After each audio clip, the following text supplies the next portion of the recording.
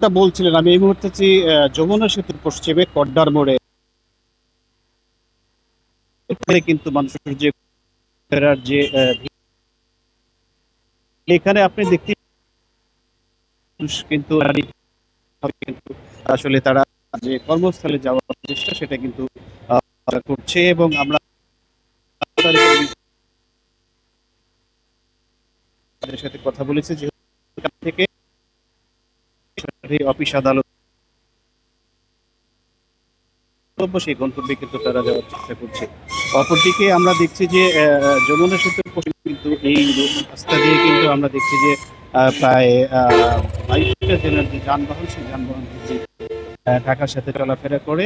তো এখনো পর্যন্ত আমরা দেখছি যে রাস্তাঘাটে যানবাহন চাপ থাকলেও কিন্তু এখানে আসলে আমরা দেখছি যে যানজট দৃশ্য সেটা কিন্তু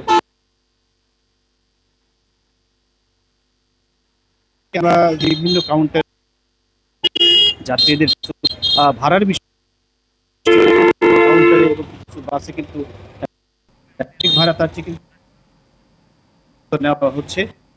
কিন্তু আমরা দেখছি যে সেটা কিন্তু দেওয়া হচ্ছে। তো এখনো পর্যন্ত আমরা দেখছি যে মানুষের যেহেতু আগামীকে সরকারি ছুটি শেষ হয়ে যাচ্ছে এবং আগামীকাল থেকে কিন্তু যে খোলা রয়েছে সরকারি বেসরকারি, সেক্ষেত্রে আমরা দেখছি যে মানুষের যে যাদের রয়েছে বিভিন্ন কর্মস্থলে দিবেন, সেক্ষেত্রে কিন্তু তারা কিন্তু আসলে যাওয়া শুরু করেছে। তো আমার কাছে এই ছিল সিরাজগঞ্জে যে ছুটি শেষে ঢাকা মুক্তি মানুষের।